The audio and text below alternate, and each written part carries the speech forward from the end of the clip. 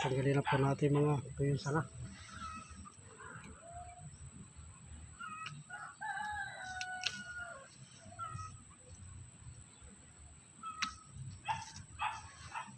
Ano na. Hindi na kasi hindi na po nalalagay ng pataba. Papabayaan na. Sayang. Malakas lang po ng konti yung katawan natin yan. Kaya tatanggal tayo ng ibang sanga.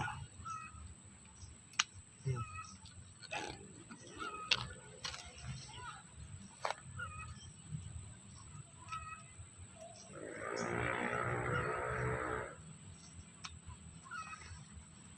Sabi nga po ng mga anak ko para namang konti lang naman ang pakinabang.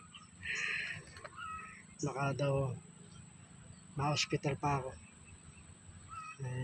Nangihinayang naman po ako dito sa tulad ngayon. Medyo mataas po ang presyo ng kalamansi. Kakapanghinayang hindi po siya nalagyan ng pataba. Kaya madalang ang naging bunga. Tingnan po natin baka pagka po nagkaroon ng time, konting pera, lagyan po natin ng pataba baka sakaling humabol pan December, January.